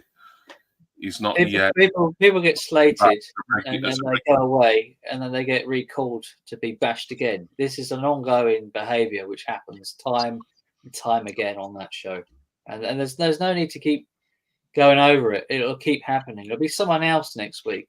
In next month's time, it'll be someone else. Don't watch it. There we go. Yeah, Richard. That's who I was referring to. Richard's mentioned him, so I won't sort of keep him in anonymity. But TKR Video Central. Richard, you've been watching him longer than I have. You know the amount of stuff he puts out. Now, there's certain issues I think he needs to streamline a little bit. Here I am. I'm going from keeping him anonymous to sort of critiquing him now, but this is my opinion. I think really it's got, and I love it really because I love to see a creative mind, but he's got so many ideas and he wants to get them all out there, and it's like you just need to kind of, pick and choose really. And I think, with TC, he just wants to do everything that he thinks of, and I get it. I totally get it. But regardless, the point is his views for what he does are low, and that's not a critic. That's just I don't know why some people kind of they manage to make it with like maybe one big hit and then they kind of a made channel after that. And other people, it might happen for TC at some point. In certain videos he puts out, he'll get like triple figures and stuff. I think anything, if anything of mine ever gets 3, I'm made up. For me, that's as good as it gets, really. So, I'm speaking from a similar position. I'm speaking as someone whose views, in an ideal world, I'd like them to be better. Am I that bothered? No. Am I jealous of people, be them Stevie's Vinyl Cupboard or anyone else for that matter, who get, thousands and have almost a viral hit on their hand? No, I'm not, because I like Stevie. I consider him a friend. And more importantly, in this context, I consider him a very good, excellent YouTube content creator. Why should I be jealous of that? He's a good guy and he puts effort into his stuff. And I've got no reason to shit on that. No, and he's good. He gives ideas to all of us, doesn't he? Yeah. When we finish my live stream, we all don't go to bed on a cup of cocoa. We have a discussion, and what we discuss is what things we've done in that stream. What can we do differently? Because I always say it's not about me, my stream. It's about everyone, and I feel, and it's a team effort. Them streams is a team effort, and always will be a team effort. I just host it. I couldn't have a successful stream. It's the same here. I just host this, and you guys, you fill in all the rest. I've always, and he knows I've said, because I've said it to him. I said, but if it wasn't for Jason just kind of just motivating me and badgering me really, like start streaming again, I wouldn't have done the Sodcast because it wasn't high on my priorities. But I started doing it because it was a good idea to have some sort of music related show, live discussion, but Jason wanted to, start doing something of that ilk with me again. We'd done other live streaming in the past, but it wasn't music related. And like he kind of gave me the kick up the arse for it, really. And then believe it or not, Ian came on board a while after, and then of course Simon. I'm hoping will be a regular, or as regular as he can be. And it's lovely, and like I say, it's the same with Ian as it is with me. It's I would not want to do it on my own. I've done like a few test streams and stuff, but even then I've invited panelists, guests up and stuff like that. It's I've got nothing. All my solo stuff is my pre-recorded stuff. If you want to see me on my own, there's plenty out there. That's it. That's me. But I mean, the other person, that you all know as well what work he does on my channel. And that's Dave. Dave's a legend. Yeah. I mean, I want Jason to be my Dave, but Jason knows he knows this sort of ceiling for his capabilities. So yeah. But that's fine. Jason is a co-host. He's not a producer or anything like that. He's just he's just a sidekick. What does this button do? It's that. Ideally, I'd have a Dave somewhere in the background, but I don't think I'd need one sort of, because you have a lot of different stuff going on, Ian. So obviously yours, because you have all your statistics and you have your hatches, matches, dispatches, and a lot of that. I'm sure Dave will be doing his own for quite. That's all Dave. That's all Dave. I have nothing to do with hatches, matches, and dispatches. But he's a great help, and he keeps everything ticking over, and I'm just at the front. He holds it all together, doesn't he? Yeah. He does. He is the glue that holds. There's one reason. I mean, admittedly, when I very first started YouTube, I thought I might be able to get something out of it. People start sending me freebies and stuff like that. And to be honest, that was very, very naive of me. I didn't know how YouTube worked. But now it's just like, I do this because I love it, right? I got into it. It's fun. I've got to meet some incredibly generous and, what should we say, positive souls, for want of a better term. That helped me along the way, motivated me when I needed it, right? Even if it's a bit sort of like, come on, Chase, get on with it, right? That'll be me. Yeah. But, that's what being part of YouTube should be about. Not all this drama nonsense, not all this bitching and backwards and forwards and getting jealous and all the rest of it. It's like, everybody supports everybody. I want these guys, all of these guys, right, that say with me now, to do well. If I don't do as well as them, okay, I don't do as well as them, right? Yeah, I think we'll. If we, enjoying it in ourselves, and we're getting a few views and comments along the way. I think from the smallest to the largest, really, it's. Success is kind of your own measurement, really, I think, on YouTube. Yeah. But still, and I go back to the alt accounts, and I'm sure some of them are like lurking, even if they can't chat or anything like that. But Just carrying on all this drama that, as far as I was concerned, it blown over and had been resolved to a relatively satisfactory conclusion, as far as I'm concerned. Like, what was it, 2-3 weeks ago, whenever it was. Still banging on about it. Oh, I crawled to Rachel's ghost. Anything? I don't owe you an explanation. I don't owe you any sort of details about what was said. You know, what Rachel says after the fact, before the fact, I can't control. It's her channel. She can do what she likes. You know, like we can do what we like. You can't stop people putting stuff on what they're doing on their channel. You just got to let them get on with it. Yeah, and just because if you don't agree with it, don't watch it. It's like anything in life, isn't it? Yeah, I could see what was going to happen, but it's like I said to you and Simon the other week. It was I felt a bit damned if I do, damned if I don't, because if I didn't have this conversation with Rachel somehow to just kind of clear the air, then I could see she was trying to get you on to come on before then, though, wasn't she? She was trying to sort of pull you on there, I think. Yeah. I mean, there's truth to that. Yeah, but in relation to sort of when she kind of had that real rant about me, and then that lasted for a day or two, and then we had that conversation. I knew the day after she'd either mention me prominently in the stream, or put me in the title, which she did, but in a more positive light than the one she titled previous.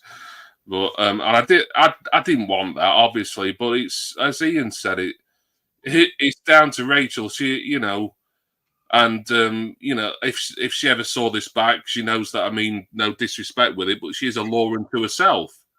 And that's our criticism. That's a statement of fact. And that's just Rachel, isn't it? That's just Rachel. Yeah.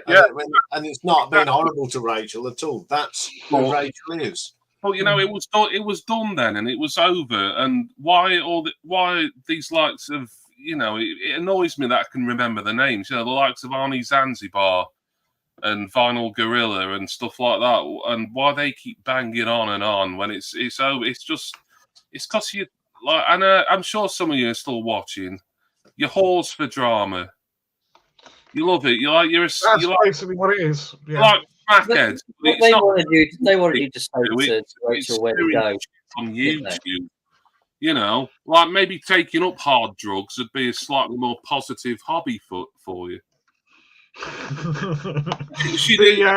Yeah, she did, Dave. And we had words, and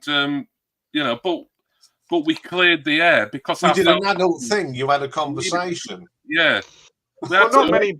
It was perfectly civil, That could apply to anyone, though, couldn't it? Being judgmental. I mean, who isn't judgmental? Well, the fact that you even bothered to do that, Jimmy, right, speaks volumes, because a lot of people wouldn't even do that. They wouldn't take the time to do it. No. No, because I was annoyed by the things she was saying about me, and she was obviously annoyed at me because she felt I'd slighted her. So the fact that we actually fairly soon afterwards we managed to kind of pour oil over troubled waters, as it were, was quite something, really. That's what adults do. You're a better person than me, Jimmy. I wouldn't have done that. I know. The time of the day. I felt, well, what's the alternative? Just let everything fester over at Rachel's, and then I would personally. It'd be like, what's the solution here? And that at the time, I still think it was the best solution for me, anyway. Yeah. And Rachel will be Rachel, and she'll carry on doing her thing regardless. And that's fine. But for me personally, just to kind of talk to her after she made the invitation and just sort of clear the air was, I thought, the right thing to do. But I know not everyone would do that, and I get that, obviously. It doesn't change anything, though, does it? I mean, maybe you feel a little bit more at ease over it, but the thing is, though, continue. There's so many live streams on YouTube. There's something for everybody. If you like the drama and all that sort of thing, great. Go and watch Rachel's. Yeah. If you want to talk about music, you come and watch Simon, myself, and Jimmy, and a conversation. And if you want to go, you can go and watch George. You can watch Vinyl Spins. Yeah. There's so many. If you've got to spare 15 hours, go and watch all of George. Yeah. Well, I don't know. They must be sort of like overnight for us in the UK. I catch a little bit of his on replay occasionally, but just to see if anyone I know, anyone I'm friends with appears. But I think that's rare, really. But there's like you said, plenty. I was on there once. He was very good to me. Very polite and made me feel welcome, and so did the others. But it was very late. I'm doubtful that I've managed to sort of stay up that sort of late again, and do that. Mm. No, it was all right. Yeah. Yes, I was, Terry. But there you go. Yep. Yeah. No drama. Just fun. Okay, we take the mick out of each other. Takes the keys away. The double standards are like, are out there. I think there's a bit of difference to the one. We take the mickey out of each other. We always take the mickey out of each other, aren't we? Mm. But it's not. Did something just go across my screen? Not that I noticed. Oh, I just saw it on a slight delay on my TV, and yeah, it was like like a dandelion type, like an orb, like a little wisp of something. Yeah. Don't start with blooming paranormal nonsense. Oh, you love all that, Jason. Yeah. In fact, didn't you? I know. Didn't you ditch Beardsley's stream just to come here? Yeah. You did.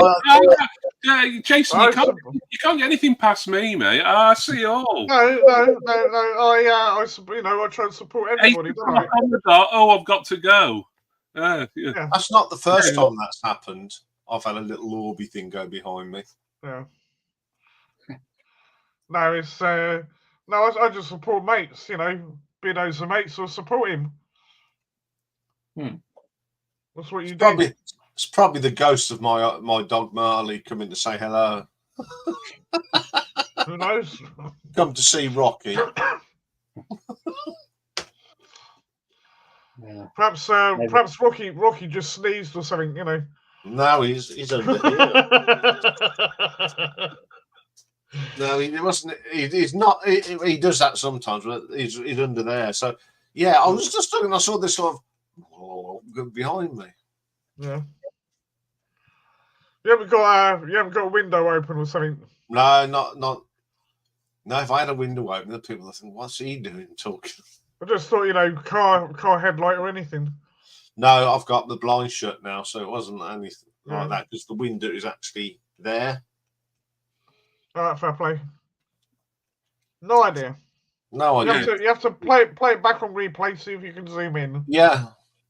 Just go back to Dave. It was about it's all about Renee Kerman being on Rachel's. Was he actually up on screen? Because I thought it was like he'd been, given his moderator privileges back because everyone gets them at Rachel's Ghost. For those who don't know, which can't be many of you. But I didn't think he was wanted on screen apart from the other day when he came on to specifically apologise again. But yeah, he's a funny one, Renee Kerman, because I don't know. I can't figure him out. I really can't. I mean, we've seen the shorts he's been putting out recently. No. Jimmy, yeah. You've known me for years. You still can't figure me out, mate. Well, no one can. If the best medical minds in the country can't do it, then exactly. There you go. Where is Nate? No, it was it was Renee who started all that really, not Not obviously sort of directly knowing that it affect me in any way, but just me reacting to what something awful he'd said. Something that was just, it was out the blue as well. I look back because you can, when you're a moderator and you look back, you can go back to sort of previous chats and see what people have said. And I went back to that day where he said that, and it was just so out the blue. Yeah, but I mean, it's all about him at the moment, though, isn't it? Before it was Mazzy, or it was somebody else, or it was somebody else. There's always someone saying these outlandish, stupid things, isn't there? Every week, there's something, Yeah, and there'll be something else and someone else saying it, and they'll eventually get back round to us again. Yeah, and that's what the trolls are trying to do. The anti-Rachel's ghost. Well, good for you. I don't really give a shit either way. I'm, me and my friends. I don't care if you're pro someone, anti someone. If I get on with them, if I don't get on with them, like what all these multiple troll sock alt accounts feel or think. I could wipe my nose with, to be perfectly honest, with their opinions. I remember when people were saying I shouldn't have them on, I shouldn't have them on, and they've got an opinion on everything, haven't they? Yeah. It's like, apparently, I shouldn't have had Simon on, but there you go. Just mind your own bloody business, I'm giving my opinions about how worthless I think, because most of them don't even create content, and the ones who do, they know they are. At least one or two of them have been in and out tonight. Their content isn't worth shit, because it's, they're casting themselves under this VC umbrella, and it's like, it's not about music at all. It's about shit stirring, bullying, trouble causing, trolling. Trolling, yeah. That's what you're into. You're not into talking about music or talking about popular culture or TV or films or anything like that. It reminds me. I was going to say, it reminds me a little bit. You remember Les Dawson, where he's dressed up as the woman, and they're talking over the garden fence to each other with all the gossip. Roy Barraclough, yeah. Yeah, it's like that, isn't it? Oh, she said, blah blah blah blah blah blah blah blah blah blah blah. About the trolling than they are the actual music. That's the music's what we're supposed to be talking about. Yeah. Anyway, talking about music and talking of things, Simon is actually in a final of my competition. Oh yes, indeed. Yes, well done. The vote's open if you want to go and vote. I voted today, actually. Yeah. Yes, it's on my community page of my channel. It's in the little video "What's on next week." And as for Monday, it'll be in every video I put out, the link to the poll. It's open till the 6th of June. And we got Simon Sergeant Petter, and representing the United States of America, we've got Mick from California and Who's Next. So go and support these guys. And the winner of that will get a fantastic T-shirt with Rocky on the front. Right. Brilliant. Which can't ask for more than that, can you? You cannot ask more than that. That's what the fans wanted, and that's what they get. Yeah. You got Rocky on the front. So, will the Battle Royal be back for a second round at some point? Ian? Yes. Will it be next year, or do you want to do it early, like soon? No, we're going to do it around about October. Ah, okay. Yeah, and I'll tell you about it when we're finished, because I'm not telling the people. Yeah, I'd be interested to hear. Yeah. Yes, because you was. When did this start? It's been going some time now, hasn't it? October. A marathon, isn't it? This one's Oh wow, it's been going since October. Yeah, I suppose it has. Yeah. It's really. I mean, who came up with the general concept in the first place? Because obviously, I missed that. It was you, right? Fair enough. I should have known. Well, it's his channel, yeah. No, but Ian, I've got this brilliant idea for a vinyl community contest based on like the FA Cup, and then Ian had nicked it. I'd be like, Well, no, they might have suggested. It could have been Dave, I guess, or even someone else. Didn't. There you go then. I had the idea, and it was Dave and I that came up with the way to do it. Yeah. Like most things. Well, as you know, I'm the next Sodcast. I've done my little contribution, and I think you've all seen it now. Yes, yeah. That's good. Are you're able to share the screen? Yeah, I've been mucking about on the StreamYard and Ustream, very similar sort of operations, haven't they? Yeah. I know how I can operate it, so we're all right. Do I need to send you anything? With Restream on their free plan, the one thing I don't like is that you can't upload your own videos, because otherwise I could have uploaded that and then just played it, whenever, but I'm unable to do that. Whereas on StreamYard, you can upload quite a few videos on the free plan. Enough, I think they've all got to be pretty short, but I mean that one's what, about 4 or 5 seconds, something like that. It's going to be a short stream today. I'm gonna shut it down now, and we'll have a bit of a chit chat behind the scenes. Talk about talk about Ian's new competition, what have you. Yeah. So, right, I'm going to close it down now. You trollers, you're not privy to that yet. Bye. We'll do it all again next week. Bye for now. Bye.